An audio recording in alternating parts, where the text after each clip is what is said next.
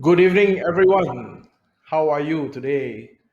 How's your night? I hope all of you have had your dinner.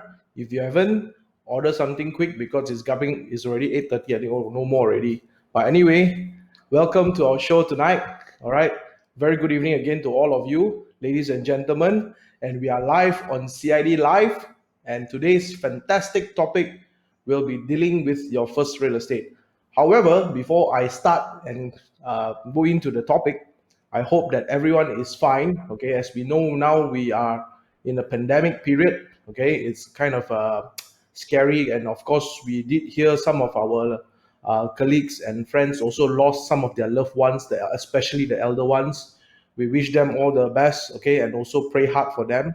And we hope that all of you could stay home and take care of your loved ones, and most importantly, yourself with all the proper SOPs and not to go kasini kasana as you wish. All right. So make sure you stay safe and stay healthy as well. Get yourself vaccinated and get yourself registered ASAP. Okay. So very good evening. I hope all of you are in your comfort of your home, enjoying today what we have to share. And today's fantastic topic, like I said, is going to be dealing with your first real estate. The tips that I'm going to share with you, how you're going to work it out to deal with your first real estate in Malaysia or wherever you are if you have shared the link out. So remember tonight's talk is on Facebook Live. Share the link out if you can get your friends, invite them, come and listen to a free show because I have nothing to. You can keep your wallets, by the way. Okay, by the end of the show, I'm not going to ask you to pay me anything, or we are not going to ask you to pick up your wallets or credit cards to pay us anything. But first of all, you're going to enjoy it because you will know what to do with your first real estate that in Malaysia that you have bought. Now, of course, with that, I would like to thank the team that is with us tonight. Also, we are all in our remote homes. We are doing our own talk by having this live show for you. So they have done a fantastic job together to bring this show tonight to all of you at your comfort of your home. Okay, so let's start. All right, ladies and gentlemen, you need to know who am I first. Okay, for some of you who are already new coming in tonight, you have recommended a friend. Okay, but if you are not, if you have came in many times, you've seen my face before. This is a first CID public live show because we are a second episode they are running to, and of course, I need to introduce myself. Who am I? I'm not Jackie Chan's show. Who am I? Okay, of course, got a little bit of Jackie Chan's nose. He's a fantastic actor. My name is Lao Tong here, all right, aka also known as LT. If you don't know how to pronounce my name, Lao Tong, Lokong, Lontong, never mind, call me LT, all right. I have 16 wonderful years of experience since 2004 in the real estate industry, serving as an agent, okay, real estate negotiator. You call it an agent or broker, up to you. Basically, I've sat in these shoes, fit myself in these shoes for 16 fantastic years, coming to my 17th year ending. Okay, I started off when I was age 20.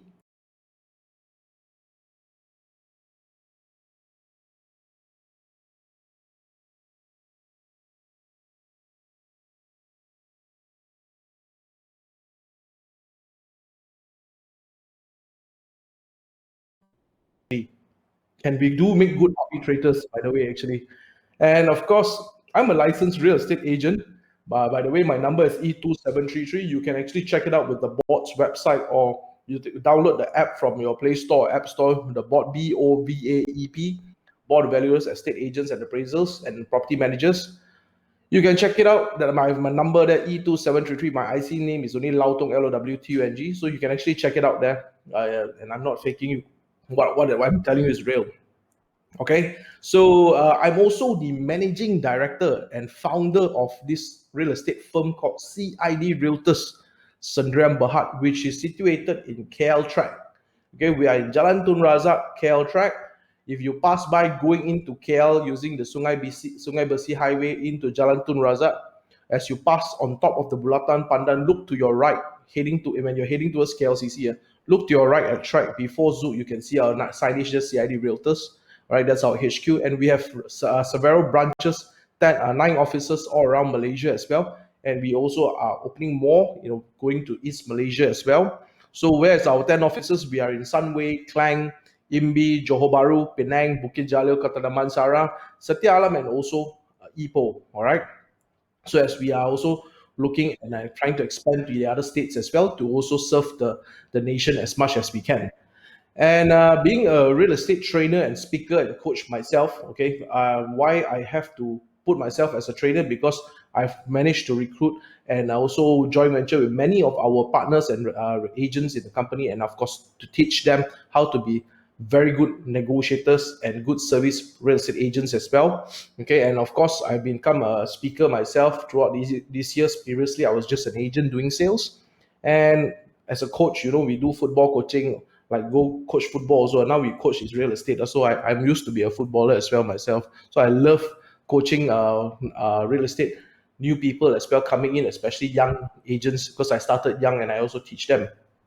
Now, I specialize also in consultancy and on marketing and pricing new projects, especially industrial projects and also commercial projects, new developments. I help developers do that as well. And of course, made most of my time throughout the past 16 years, I've been a realtor handling industrial and commercial properties. So some people ask, hey, then you know how to do residential or not? Actually, I know. I've sold houses, I've sold bungalow land, but of course, I didn't like the residential emotional side, but I know how to deal with the problems that come along. But I've all the while in the corporate sector also heard giving corporate advisory to corporate clients, how to downsize, how to expand as well. Okay, where to buy, what to buy, what kind of land to buy as well, what size they need, all these kind of things. So I love the industrial and commercial sector, and I've strived and grown towards the corporate world. So that's where I'm strong at, and also my main forte. All right, that's about me. So that's a little bit background about me. Now, okay, coming in today's topic, tonight's wonderful, important topic you need to know. Last week we shared, okay, how to own your first property. Now we are teaching you the next thing also to share with you how to deal with your first property. As much as you have known, if you have bought your property, there's a lot of things that you might think of to deal with it. And how today I'll give you some tips of how you're going to help and settle those problems that will arise in your first property. All right. So be truthful to yourself. If you have any questions, feel free to pop it out at the chat group there. Get a chat room. I will be able to see your message, and I hope I can always answer all your questions that you ask. Even I can't answer, I can direct you where to get the answer as well. All right. So the first part today we're going to talk about is how to deal with negotiators, agents. I'm sure all of you probably bought a property through an agent from a developer if you're buying a first new property, or probably you bought a secondary market or subsale property from an agent that brought you to see the property through. Maybe you called through iProperty or Property Guru or whatsoever. You probably gave a call to the agent, then you make an appointment to go and see the property, and you bought the property. Okay, or before you buy the property, actually you should check whether the agent is actually registered with the board of valuers, because you should not want to deal with somebody who is not registered, because you will worry whether your money is in safe hands or not. Now, dealing with agents is one of the if you don't ask, I mean, if I'm not the best person to answer you that, then of course I don't know what to say, because this show is memang I'm actually a real estate practitioner myself. Definitely, I'm one of the best persons, because being an agent 16 years and more, I can answer you how to deal with an agent. So basically, when you do an agent's checking, you can also profile check them on the internet. Whether you see, is this an agent who is specialized in the area that you're looking for? When you look for a property, you always try to look for a specialist. Why look for a specialist? Because that specialist can bring you to see multiple units, can have a choice for you. If you're looking into feng shui, then probably you want to see which unit is it that you want facing blah blah blah blah with the north, south, east, west, and things like that.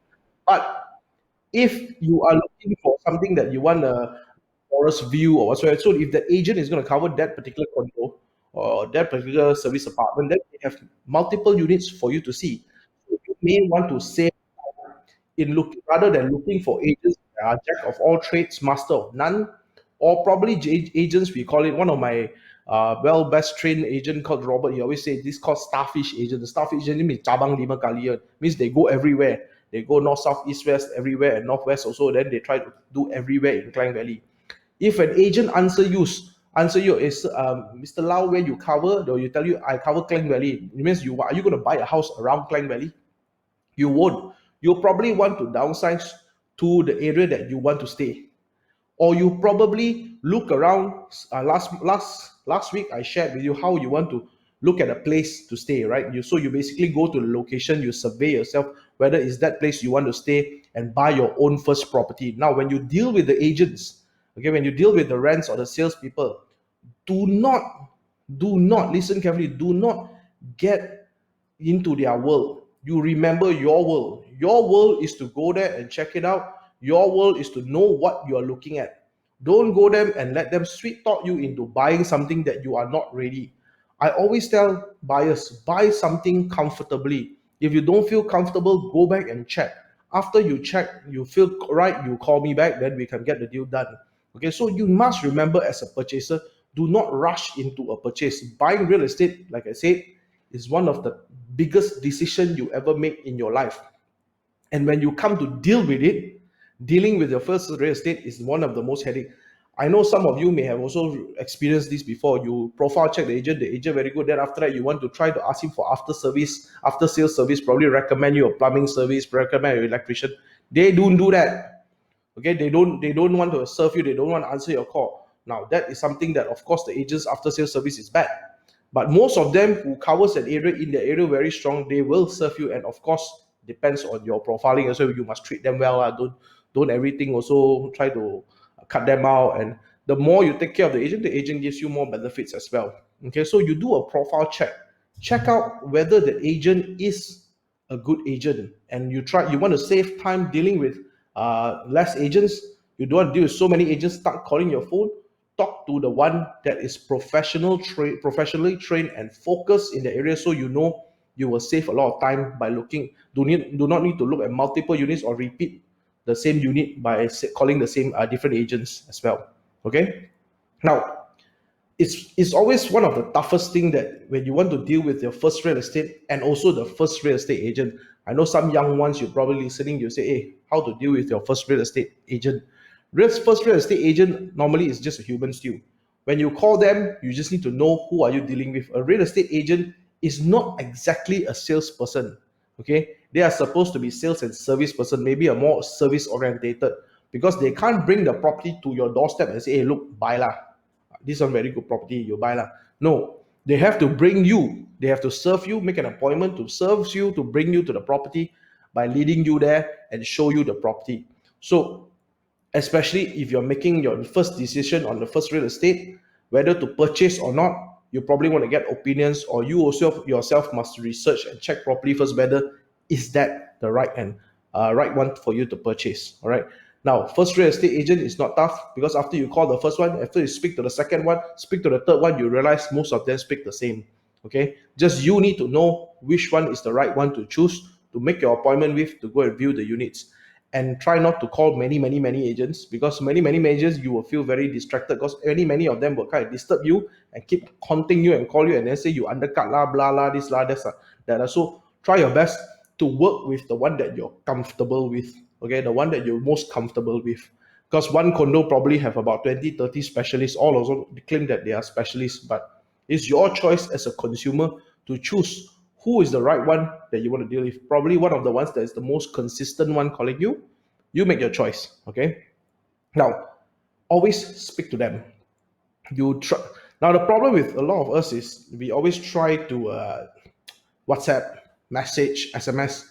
There's no tone, there's no communication, proper tone communication there. So whenever you do that, try to do your best by giving them a call. Because by giving them a call, you will know whether that person whether that fellow is truthful or not. So when you speak to the person, that person, if he's really a professional one or a good one, there they will be able to answer a lot of your questions. And of course, some of them may be very rude. You probably talk to them, you don't want to deal with them. After that, then you look for the right one to deal with them. So try to speak to them and understand what actually they have to offer for you, right? Because you are the consumer, they should know how to customize or customer service you the best way. All right, and do screening. Do a lot of screening. You can go on Property Guru, go to their website and check whether these rents agents are they really with the company. When you deal with your first real estate, or if you are trying to sell your real estate or rent out your real estate, you also want to screen for one of the good real estate agents in the market. Okay, because they are probably one of the ones that you want to deal with, and you don't want to change anymore further after that. Sorry, this August.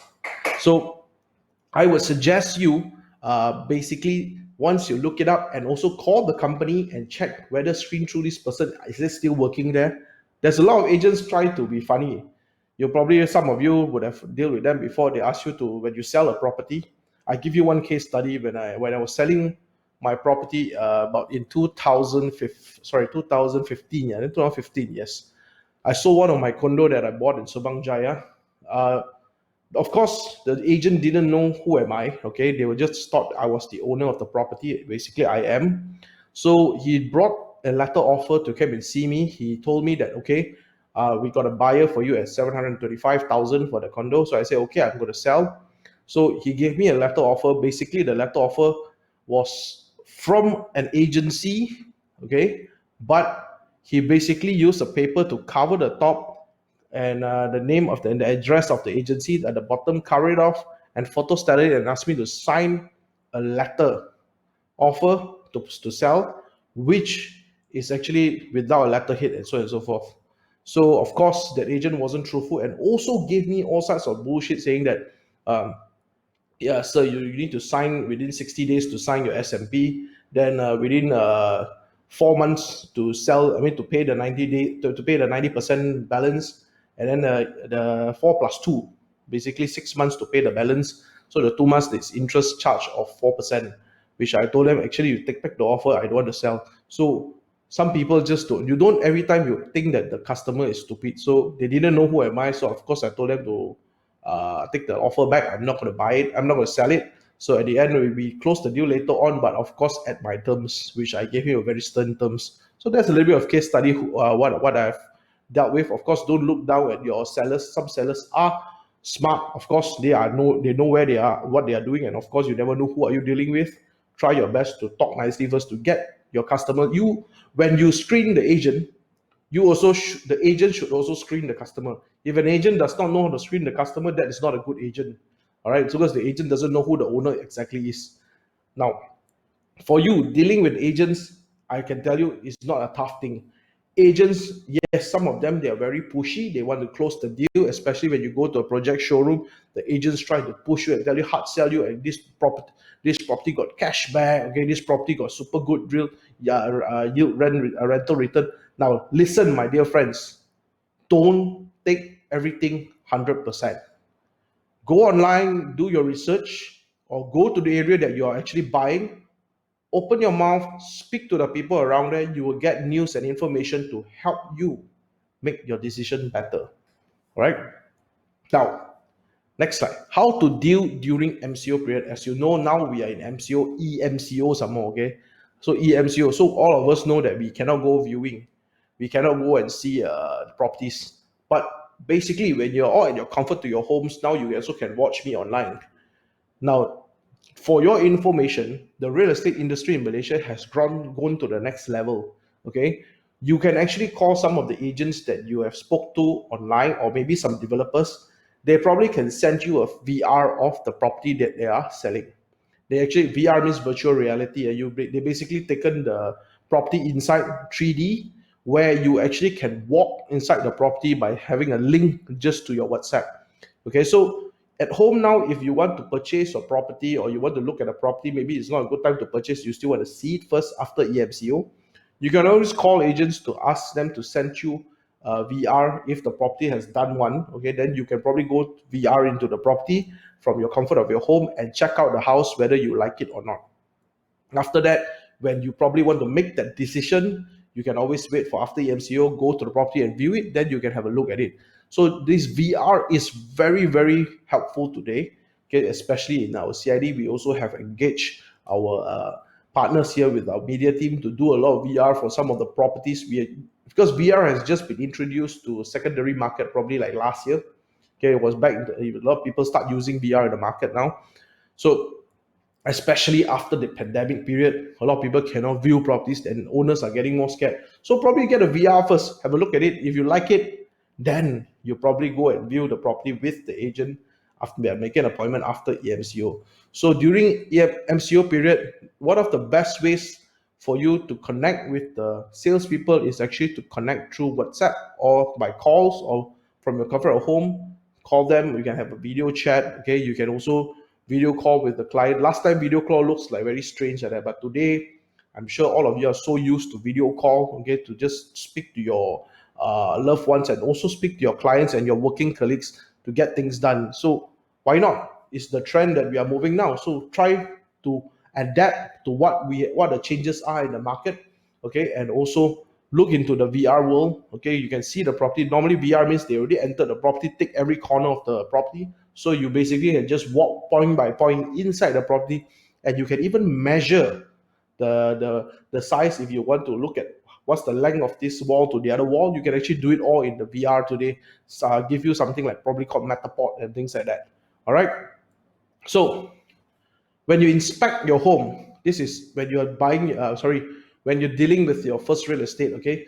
So what is there to do when you inspect your home, as what is the things that you should look out as a consumer yourself. So when I always advise, I've advised a lot of clients basically on an industrial level and also commercial level, and of course land as well. As what I'm doing. Of course, when you're doing a home, why I'm one of the best persons to share with you, I also buy homes. Okay, I invest in them. I also stay in a nice, good looking home. So of course I will go there and inspect what I want to see as well, basically when I buy a home. So the first thing you will want to know is to look at the property on the foundations basis. Foundation means you see whether, of course, it's inside the wall, or sometimes how you see, you crazy, you want me to dig a hole and go and see the foundation? No, you basically, if you the property is new, you go there, you see whether it's there. Probably new will hard to see whether got sinking or not. Okay, but if there's, I'm sure some of the consumers have seen Setia Alam phase one last time when they bought the houses. The first phase actually sank because the porch, once they extend the porch, some of the porches outside, the porches outside will sink. Why? Because the foundation was just done nice enough for what the developer has built, not for you to extend. So in some cases, when you buy new properties, you may have this problem. But if you're buying an older property, you basically go to the property, you can see whether it's the wall sinking or crack at the bottom of the floor. Then you can see whether is that, if there's crack, of course, or there's a floor sinking, then you know that's a foundation issue as well. Okay, so foundations, of course, you basically want to check it thoroughly. You probably need to get an engineer, or you get the engineering plans from the developer, the person that built the house. Then you can see the foundation plans. All right, so basically, if you want to go there and use your eye and see, just look at it whether is there cracking on the floor. But if you, because I'm based on my experience by selling factories, if you go to a house, normally places like Klang or maybe towards the sea, like Kuala Selangor, these kind of places, Banting, these places will have foundation issues if the developer did not do a proper job, because the land there is much softer. Okay, the piling to set may be deeper, so it may cause problems if the piling is not done properly and the foundation is not done properly. So by looking at the floor, you will see whether, I mean, at the bottom of the wall where the floor area, you see whether is there a cracking part or sinking issue. You can see suddenly a big hole split up. That's probably a foundation issue, which is the floor has sink, the foundation has sink, basically in the entire home. All right. So structural basis, when you look at a property, you should go in, look at the wall, look at the roofs. Again, that's roofs are also part of structure, and you can see whether is there any leaking issues, or whether it's the roof sinking down. Okay, is there a proper roof on top of you? You can look at these items inside, or sometimes you even go look at the tanki area. Okay, in old houses, tanki area, the wood, whether is it worn off, which is supporting the tanki, the black color tanki that you have on top. So all these items you want to look out when you look at a property to buy on a structural basis. You may not, you do not need to be an engineering degree holder to look at this. These are all layman terms which I've shared with you. By looking at your eye, you know whether is there a problem. But of course, having that as a problem does not mean that it's going to make a decision not to buy the property.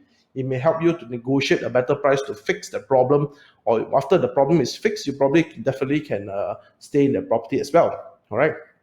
The external conditions, whether external the property, is there any problems, like overhang bushes, or is there snake issues? If there's overhang bushes, you look at all these conditions when you inspect a home, and what are the things that you should solve it. Internal conditions also, you can see whether your internal is the, such as your pipings, okay, your pipings, and also your sewage inside the home. All these items you can there's many things you can see. One of the main important things that I like to share with you is always to look at the flooring. Some properties, when you go in, you see the tiles just pop up. Okay, when it pop up is because there's air inside when they do the laying of the tiles. That's not a big issue. You probably need to just take it off and redo it. Okay, you probably need to spend money to redo it with the contractor that does the job better. So of course that issue can be solved, but it will decrease the value of the property if the tiles comes up. All right. So flooring normally will not make such a big issue because it's always done properly. If the foundation is done properly, the flooring should not have any issue. So that's one of the things that I can share with you as well. And of course, piping wise, internally, there's a lot of old houses last time used the steel piping. Okay, that one, of course, the metal piping, or you have now they change to PVC because plastic basically don't have the problem of getting or the karat. Okay, so importantly, you don't want to drink karat water, or you don't want to bathe in a karat water also. So that's the thing that we use PVCs today, which is a better item to use to have a long term piping, don't have a long term problem with the pipings as well. All right. Now, furnishing. Some of the properties you go in got fixtures and furnishings. So that will depend whether you want to rent it out or you want to buy the property to do something with it. It depends on you. Okay. Some of the furniture may be useless. Some of the furnitures may be good. Okay. Some of maybe you want to change it. So it depends. You to use it as a way to negotiate with the clients that you are buying it from. Okay. You negotiate with the owners or the agents that's going to talk to you about the property if you're buying with furnishing. Of course, good furnishing will bring better value to the property. Lousy furnishing will devalue the property, will get a better because you probably have to change it. Same goes to the fixtures as well. And when you're inspecting your home, don't forget to look at the surroundings as well. Go around the taman or go around the facilities, because that is the part that will probably help you make a better decision whether you want this property or not. So go around the surrounding, okay? Check it out, and especially the amenities as well, where the banks, where's the hypermarket, where's the nearest petrol station, where's the nearest convenience store. Look at all these items. Inspecting your home, okay, but dealing with your first property is very, very important, because when you know how to deal with it, you basically don't have more headaches, and the problems will be solved very easily. Now, if the problems will only come when you don't know what to do with it. And of course, in today's world, you have plenty of internet platforms and website platforms to look for how to solve your problems. Okay, a lot of places for you to check it out as well. Now, dealing with professionals in their fields. Now, all the professionals that we mentioned, one of it just now, I just mentioned the real estate agents. Okay, the real estate agents is the main person you need to deal with, because when you're dealing with properties, that's the guy basically or the lady that will basically help you sell or rent the property, or help you locate the best property to buy. Now, what other professionals are there to deal with when you deal with your first property?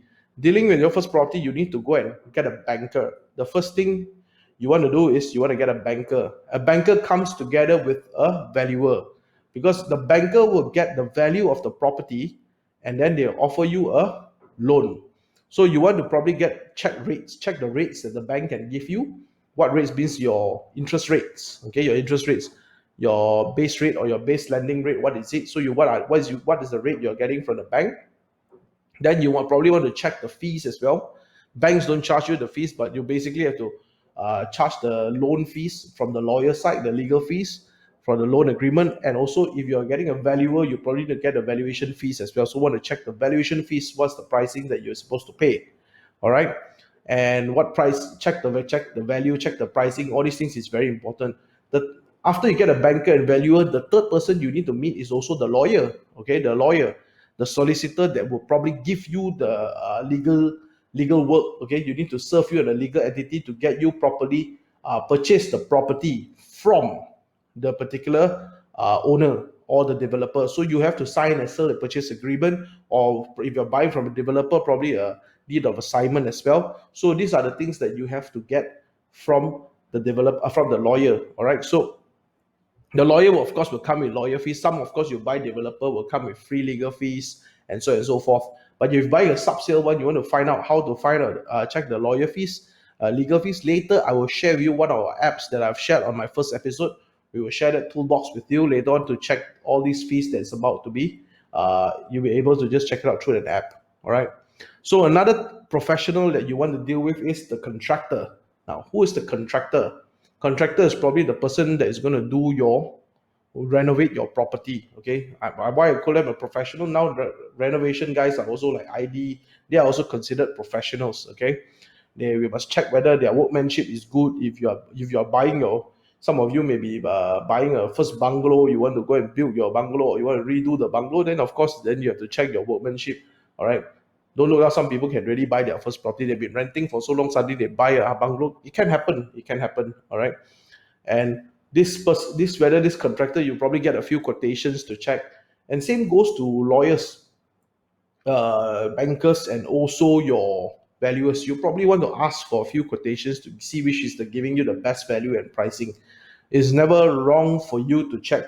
For bankers, you can always look at several banks who is giving you the best offer. You take that offer. All right. Same goes to the legal firms. You will probably get recommended. You want to find a good lawyer that can represent you. Look for one. It's not wrong to shop around. All right. And same thing goes to your contractor. Check a few contractors. Don't always believe in one if you don't know one. Of course, try recommendations sometimes can be good. It can also backfire. Okay. So dealing with the professions in their relevant fields is not tough, but it's one of the easiest way if you go around and ask for help. And I forgot one more item. One more item is basically your insurance as well. Don't forget your insurance today. All of you have to be insured, because if you buy a property, you're not insuring yourself, you will put your loved one in deep troubles and big debts if you do not insure your property. So some of the banks also include MRTA to you, or some of your insurance agents can also offer you MLTA, or even offer you a loan through the insurance company. So there's plenty of opportunities there which you can actually seek with all these professionals in their relevant fields, and they are all around in the market. Okay, feel free to go and look for that. I'm not going to recommend any one of you, because this show is not to recommend any business, but to just educate you how to deal with these relevant people. As you have written down all these people who you need to deal with, now you know when you deal with your first real estate, who is the item, what are the items you need to find out in order to get yourself ready and all geared up to buy your first real estate and deal with it. Okay, the main point you need to understand is always research. In today's society, simple research can be done through google.com. You can ask me also, or you can ask Google. Google, I have got one t-shirt says ask me, or ask me better than ask Google. So ask Google as well. Google can also help you a lot of things, okay, especially in the real estate industry, because everyone asks anything about on Google or even Yahoo or whatsoever. And of course, if you do not have friends or family who can recommend you these people, ask around, or even ask for a referral from someone you know who has bought a property to recommend you a lawyer or banker or whatsoever. Banks, you can even knock on their doors, or go online. You can actually check. You don't even go and knock to the bank. You don't even need to go to the bank's door to knock and ask, "Hey, I want to pinjam loan, lah, sir." You can actually find them all online today. You're in the social media world, you just put up a message, everyone can share with you a banker friend or whatsoever. So it's so simple in today's society to deal with professionals. Okay, the next thing that we want to pop out is how to make payments, how to place your bets. Placing your bets, meaning when you buy a property, all right, it's very important that you know that you need to pay some money in order to get yourself into the property. Okay, now dealing with your first real estate is not easy. So I am going to share with you this one most important part, that most of the people make wrong decisions here and get yourself into trouble, where more lawyers and litigation come into your door and send you summonses, and you get into much more trouble. So let me concentrate this part for you.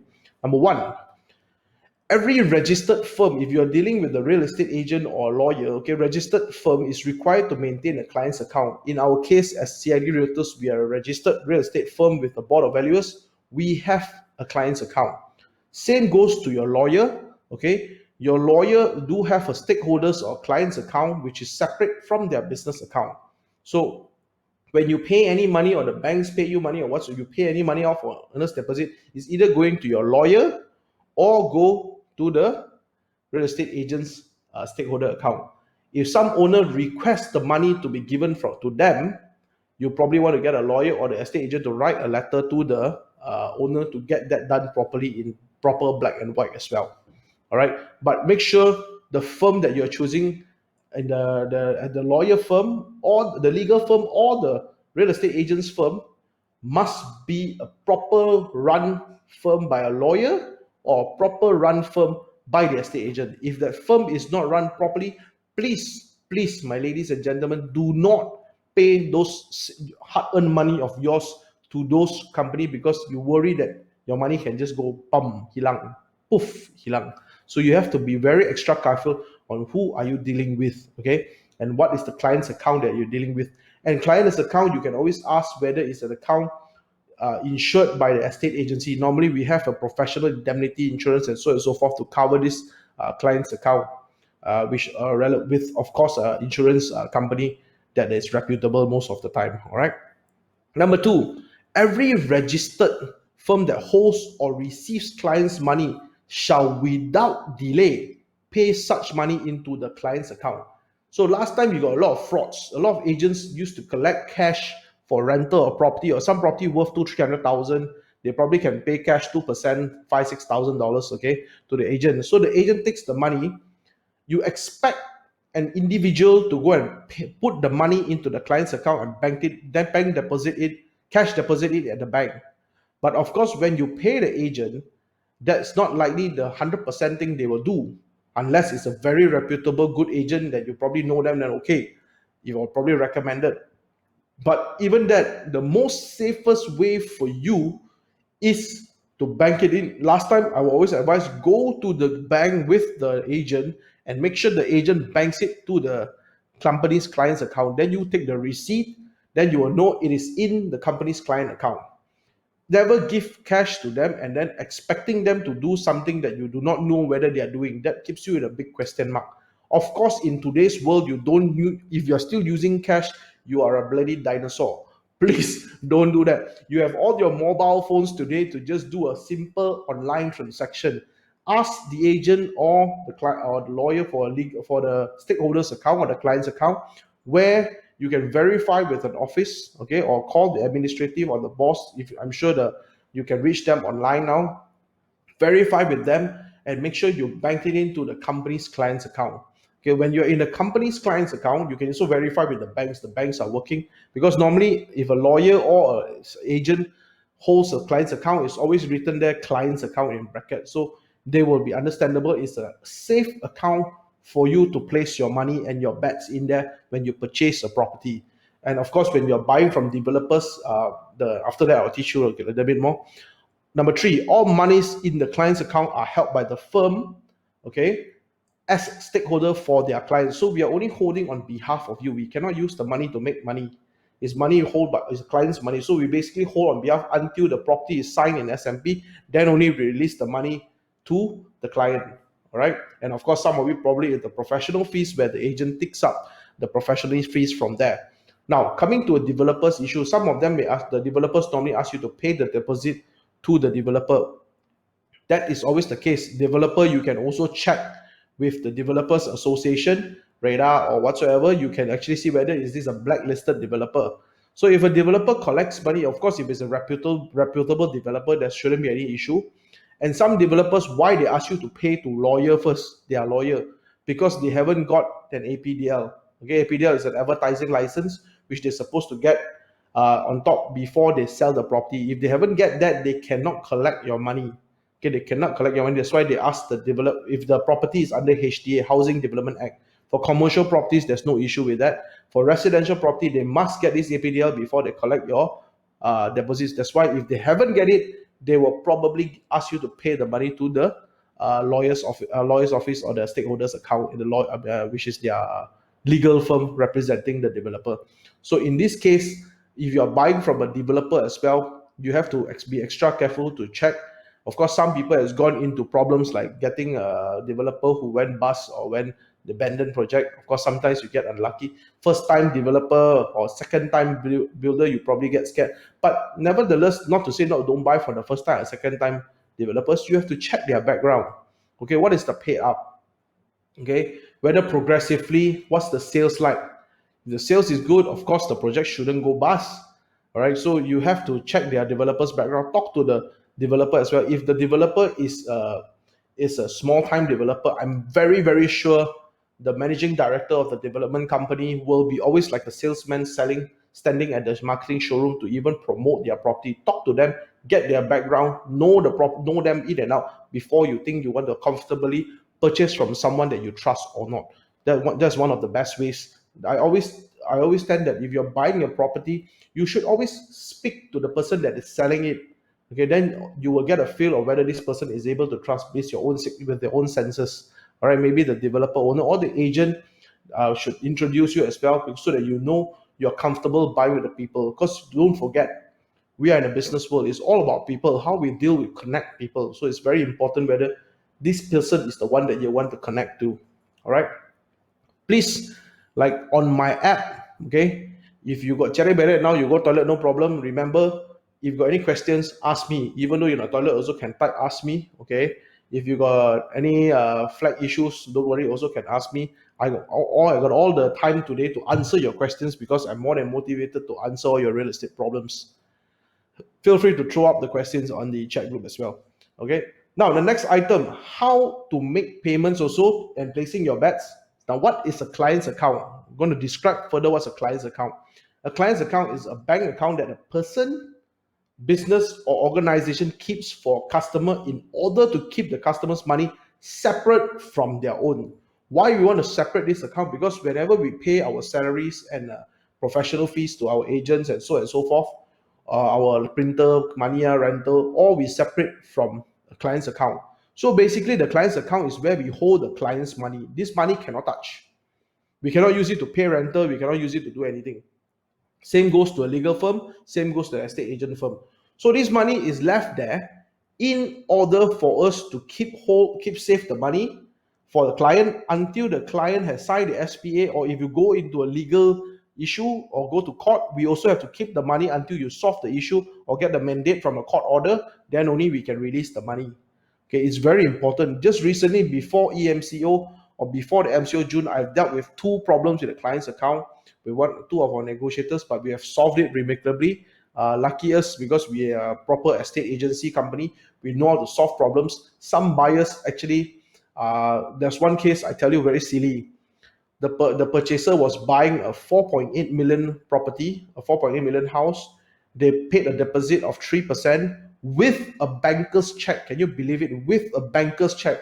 That means the purchasers actually went to the property to see more than 2 times. So you know that the purchaser is going to buy the property, and when they call our agent to pay a earnest deposit of more than 140,000, they are more than sure to purchase the property with a banker's check. Okay, not with a check that they can cancel, with a banker's check, which means cash check. Okay, after signing the letter of agreement to purchase, with the owner also signed it, we banked in the check. The purchaser decided to cancel the deal with all sorts of funny kind of lawyer letter came in, and also funny kind of what kind of excuses they said to blame to the agent. They didn't do a good job. They enticed me to buy and all this rubbish. Okay, so we didn't take a gun and point at you to sign the letter and pay us the check. So that's the most important thing. However, the money should be forfeited, and it will be forfeited if they do not do not comply to the agreement to purchase that they have signed. So you must understand, this is one of the important things as a consumer. Wherever you place your bets, you know what you are dealing with. Okay, example, you go Genting, you place your bet. You play in casino, right? I'm sure people say, oh, cough, or you don't, please don't do this, please don't do that. Okay, you have your rules and regulation if you go to the casino. Now, the next item I'm going to share with you is what is an earnest deposit. Okay, what is an earnest deposit? Now, earnest deposit is an earnest money. Simple says that, in simple terms, this is a deposit to demonstrate your committed interest to purchase or rent a property. So if you decide to pay an earnest money, you already thought that you want to buy the property and you already commit yourself. Okay, it's an upfront financial commitment that shows you are serious with your decision, which is why you paid an earnest deposit. If you're doing an online transaction, you won't be stupid to do an online transaction if you're not planning to buy the property. Okay, you cannot be, if the agent points a gun to ask you to buy, then probably you can report to police, ask the agent to be caught. Okay, an earnest deposit literally means I really am serious. Here, take my money to prove it. Okay, take my money to prove it. So basically, that's what the meaning of an earnest deposit. So if you pay an earnest deposit and you sign a letter and then decided not to buy the property, you are as good as your money is gone. Okay, so don't simply pay an earnest deposit when you're not ready. I always advise clients, don't give me the money if you're still pondering in your mind whether to buy. When you pay, buy. Okay, don't think here, think left, think right, think top east, top west. No use. Important is when you pay, you should decide to buy. That's what we call a payment of earnest deposit or earnest money. Same goes to a developer. Some developer will say booking fee lah. Booking fee is also like an earnest money. Okay, just that a different term called booking fee. But under HDA, some of the booking fees can be refunded if your loans are not approved and you decided later on not to purchase. The developers normally will give you back your money, refund you, but of course charge you a minimal administrative fee for troubling them to go and get the checks done for you and so forth, the transaction. Next item we want to discuss is making your home the dream place to live in. Now, a lot of my friends ask me this question whenever they bought their first property. That's why I share this slide out to you. Okay, they always ask, hey LT, how my renovation should do this? Should I buy this? Should I buy that? Or fixtures and fittings, is this the best thing I should buy? Can I buy this? Is this cupboard the best? Who should, can you, any recommendations to you from you? Furniture, same thing. Ask me where to buy furniture, where to hunt online. Now today you can buy everything online and hunt it cheap. Okay. Then interior design. Should I get an ID to come and do? You got budget, do lah. No ID. If you don't have budget, don't call ID lah. ID not cheap ma. Architect, you're building a house, then okay lah. But you're not, if you got architecture background, then probably you want to use your architecture background to help you design. You probably know how to do that if you're an architect as well. So my main advice for most of you is when you try to making your home a dream place to live in. I know all of us want to have the best of best homes. Today morning, I just read an article. Matsale lady in US, okay, I think California. She from New York. She went to California to purchase a bus. She bought a bus and turned that 400 square feet of bus into her own home. Okay, instead of getting an RV, she actually turned that bus into a home. Of course, they park there quite safe lah. Malaysia, I don't know whether safe or not lah. Anyway, they turned the bus into a home, and that bus actually, after living a few years, she sold the bus, and I think the bus is parked in somewhere in California now. Is being used as an Airbnb for tourists to visit. I think a national park, something like that. Okay, so let me share with you. You can make your dream home in a 300 square feet, 400 square feet in KL, area or Kuala Lumpur, or all the way to 1,000 square feet. Or you probably want to make the dream home up to 5,000 square feet. I don't know. Everyone has your own different perception on how you want to make your dream home to be lived in. Okay, and I always give the most important advice is to look at what the green bar at the bottom mentions: practicality versus luxury.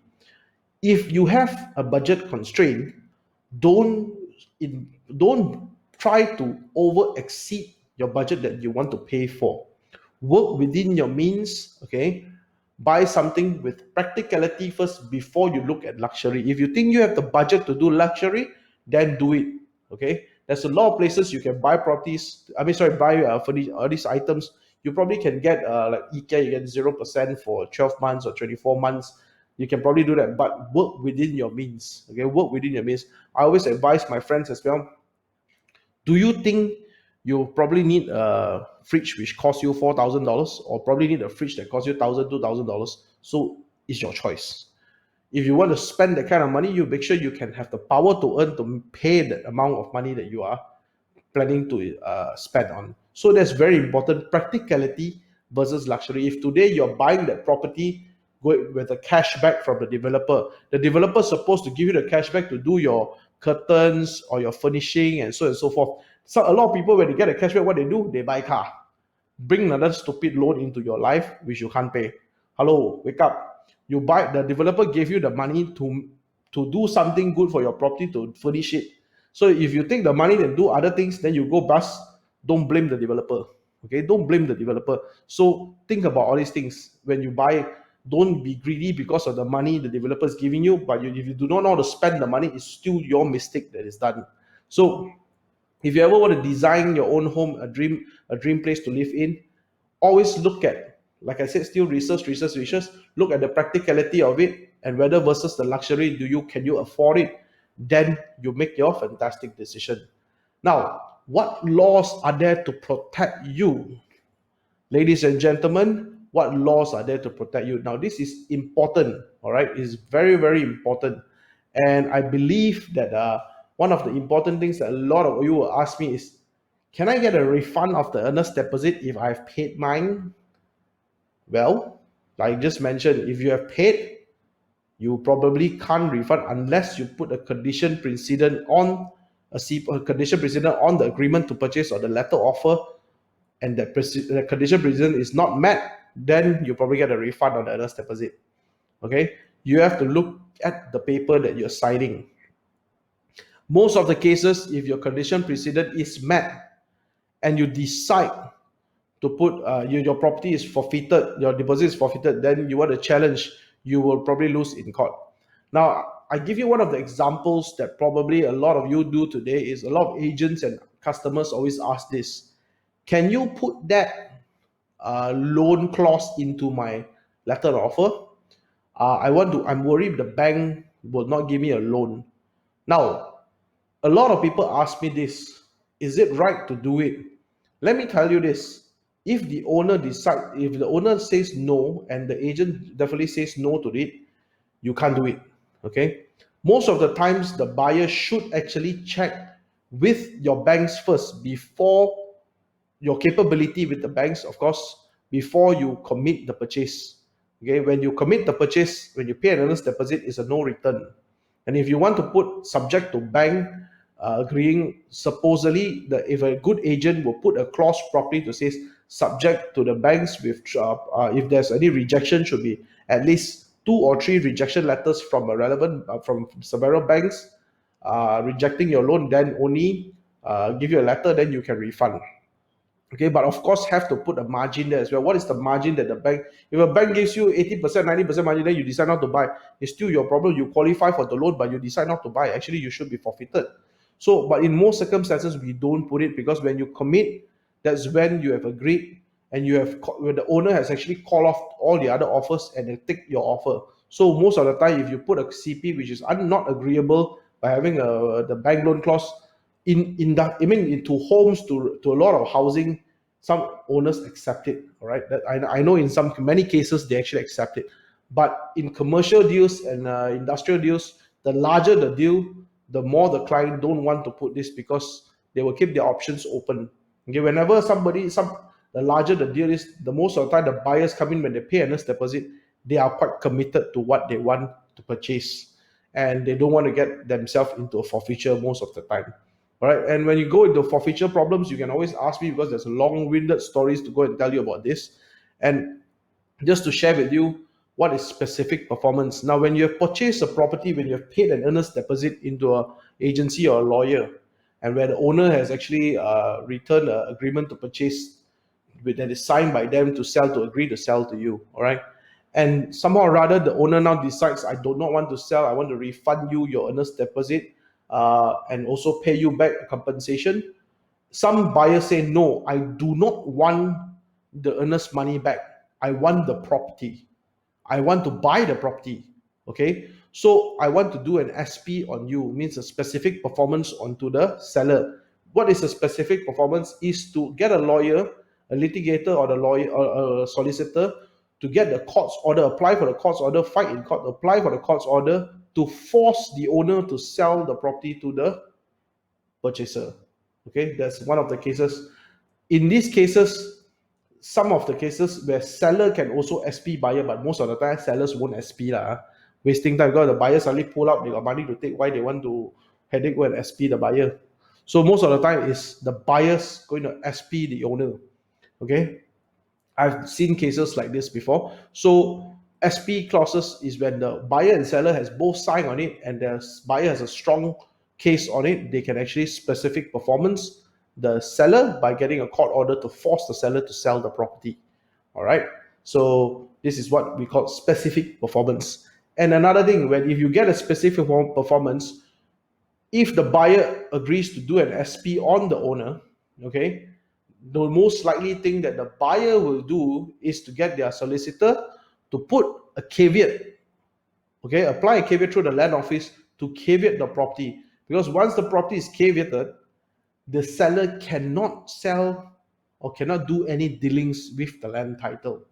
Now, this is when you feel that you have better put the money into the property, you think you got interest in the property, you want to stop the owner and make the property in status quo. They cannot sell to anyone, they cannot do anything. You put a caveat on it. Okay. So how to get a caveat done? You actually can do a caveat yourself by going to a land office, but try not to do that. Get a lawyer to do it. Professionally done is most important. Okay, so that's the function of the caveat on a very simple layman term for you to understand, because you are by dealing with your first real estate. I don't want to peningkan your kepala. Right now, what other laws are there to protect you? In a very simple thing, when you deal with your first real estate, you must know what is the 6 elements of contract law. Now, the 6 important contract law elements of contract law is: first thing, you must, if you want to bring this to court, if you want to bring this to court, or whether you know is this contract legal binding, okay, you basically look at these 6 items. First of all, you look at the offer, whether is there an offer. If there was an offer and there's an acceptance, then these 2 elements is there. And then is there a consideration? Considerations is what we call earnest deposit, whether you got money. $1 is also consideration. Okay, $1, as long as there's monetary involved, is considered a consideration. 4, certainty. Certainty means the 2 parties. Certainty means you go and sign when you sign an agreement, that is called certainty. You are certain, that's why you sign on it. Number 5, capacity. Is that person 18 years and above or 21 years and above in the capacity to sign the legal binding agreement, the contract? Number 6, intention to create legal relation, means 2 parties have a letter offer or agreement to purchase, or a letter that both parties have signed. Then if there is these 6 elements, gone, confirm, can go to court. These 6 elements is that is a contract binding to that agreement that you have signed, and you can bring it to court of law if someone decides to dispute the contract law. So make sure you have these 6 elements when you think of going to look for a lawyer to fight the case, okay? Or you want to look for a professional to advise you whether this should go to the court to whether you can win or not. Get these 6 elements right first. All right. Now, what are the tips for not getting con? Okay, what are the tips for not getting con? Let me share with you one by one. Okay, from the bottom, valuer first. How to not get con by a valuer? Normally, valuers don't con you. Valuers very simple, straightforward. They work with the banks. They have their fees quite standard. Okay, then you talk to them. You have to just base on the invoice charged to you. Then you get the deal done. You pay the job. Okay, valuers are pretty simple. They are like the real estate agents for doing the SPA. Okay, they are the simple valuer, because they have to have a valuation report to show the bank that this property memang got this value, that only can pinjam loan to you. Okay, then renovation contractor. How not to get con? Make sure you meet the contractor. Ask them to give you any condition, any case precedent where they have built a house.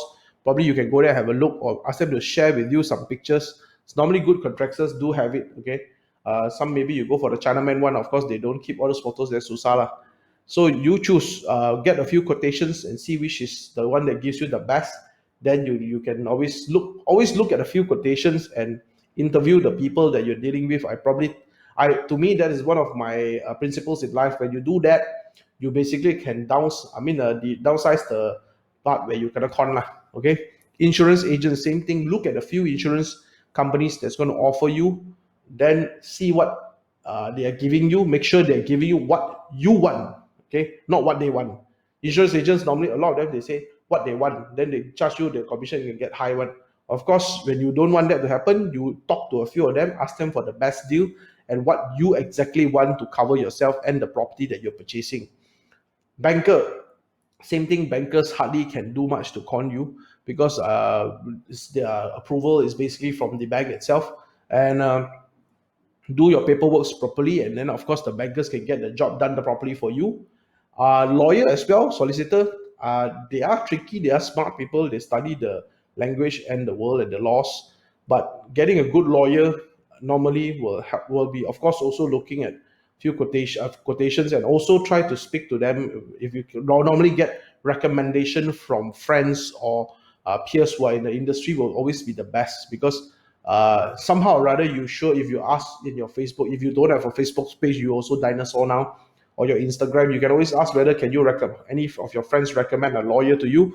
I'm sure you can always get a lawyer who recommended easily. Okay, if you don't want screen through what we can offer you, then probably they can also give you the best job done by talking to one of the lawyers from the firm. And of course, real estate agents, negotiators, tips for not getting conned by them: do a lot of your screening, checking, research them, whether make sure they are the right agents dealing with the in the area and the specialists in the area. And I can give you a simple case study.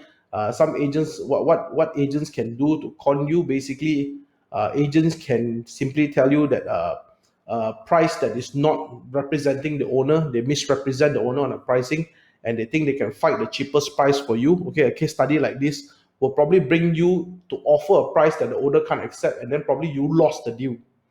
Okay, you lost the deal because the agent was trying to advertise much cheaper on the internet than they are the others. When you go to the internet on the iProperty portals and so forth, Property Guru, if you see an agent advertise the same property for the lowest price, that doesn't mean that's the good price or the owner's price. Okay, let me share with you this. One of the tips to get called is always the agents get put the lowest price, always get the call from the consumer first, is because you think you can buy the cheapest. Now, let me tell you this: agents like to do that because they just want to get your call. Okay, try to speak to a specialist that represents the owner properly. Now, when you get that, you probably get the deal done. That's the most important. Not get the price the lowest, because sometimes the price lowest can be conned by these Chinaman agents or these funny agents that's putting the price much lower than the what the owner is asking in order to get the uh, okay. Then of course another thing is lawyer. Some lawyers tell you, look at your things. Is it this? Is it? You can go and fight the case in court. Lawyer will say, "Oh, can," because that one they want to earn legal fees, ma. But study yourself, get a few opinions from different people, then you will decide whether it can fight or not. All right. So basically, that's about it. All right. If you have any questions, feel free to ask me now before I share with you what we have for you in the next episode. Okay. If you have any questions, please. All right. We have one question. Can I see the question? Whether what question is that?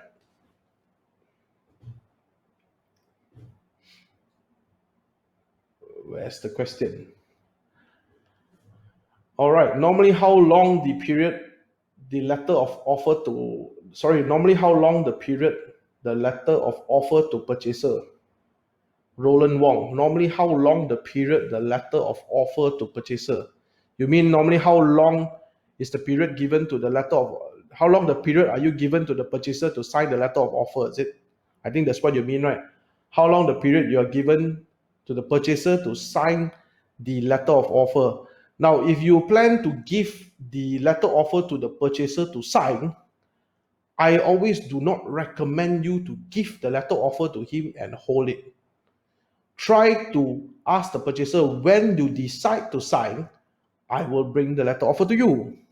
Okay, keep the original with you. You can stamp a photo for him to have a look and let them study and go through. In my days 16 years ago, last time we take a photo, people were scared to take the offer, go and offer to other people and so on and so forth.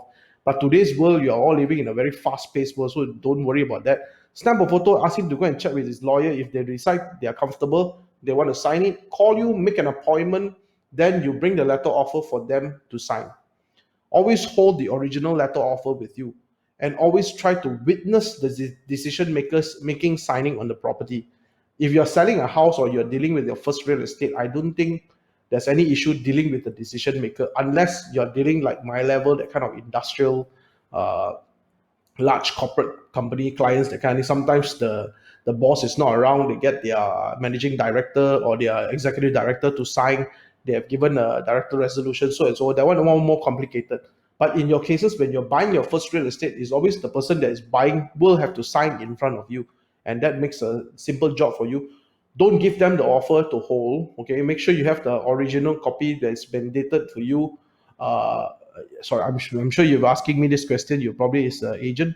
you probably want to give the letter offer to them only when they're ready to sign. Okay. Normally we don't. If they are not ready, then don't.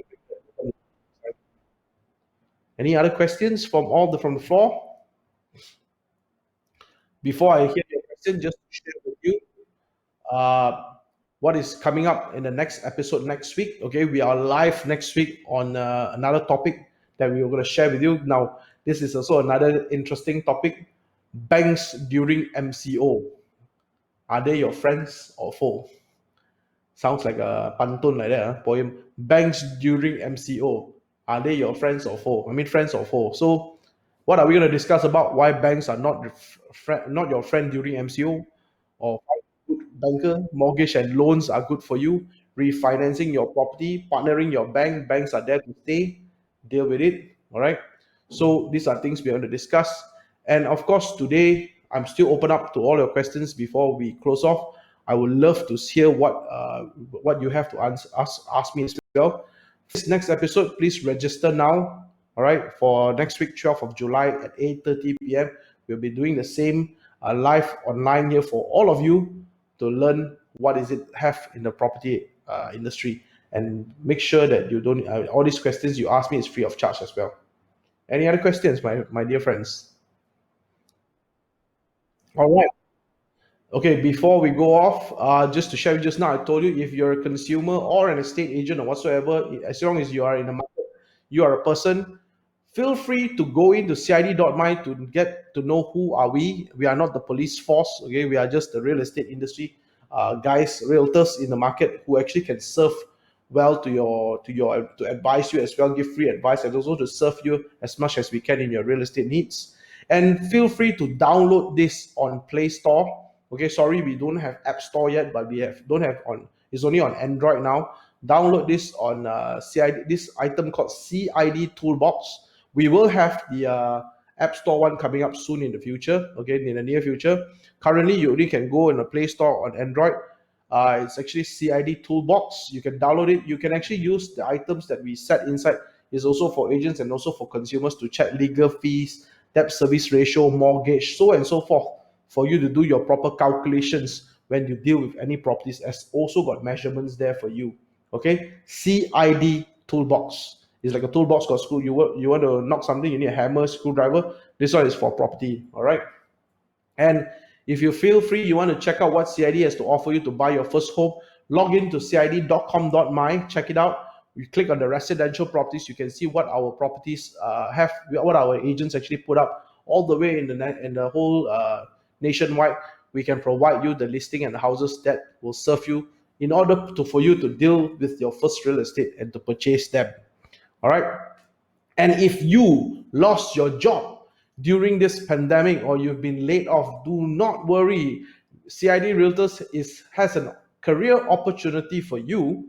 If you want to just join us for 900 ringgit, actually 900 ringgit is actually 600 goes to your negotiator certification course to certify you 2 days to have a certification course, and the balance is actually training and also to join CID Realtors.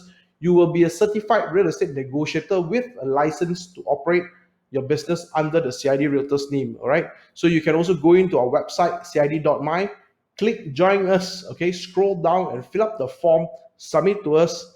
Then we will be in touch with you as soon as possible. All right. And please follow us on social media. Check me out on Instagram. My name is LOWTUNG with an underscore. Give me a like, follow me if you want to know more of what I can share with you in the real estate industry. And also on my Facebook page as well, LOWTUNG, you can find me there as well. All right, I feel free. You can pop questions there on my page as well to also answer you and help you in whatever relevant real estate questions that you want me to answer. And follow us on social media, CID Realtors, okay, with an S at the back, CID Realtors. Check us out. Follow our page, like us. It's free of charge. That's all I ask from you. I have only this to share this knowledge and also platform for you to follow us in order to give you more fantastic real estate education as well. All right. With that, I hope all of you stay safe, stay healthy, take care of yourself during this pandemic. We hope that in the next 14 days we are out. Okay, we are freely to go and work. And please take care of your loved ones as well. Thank you very much. CID Realtors, consider it done. Thank you. Good night.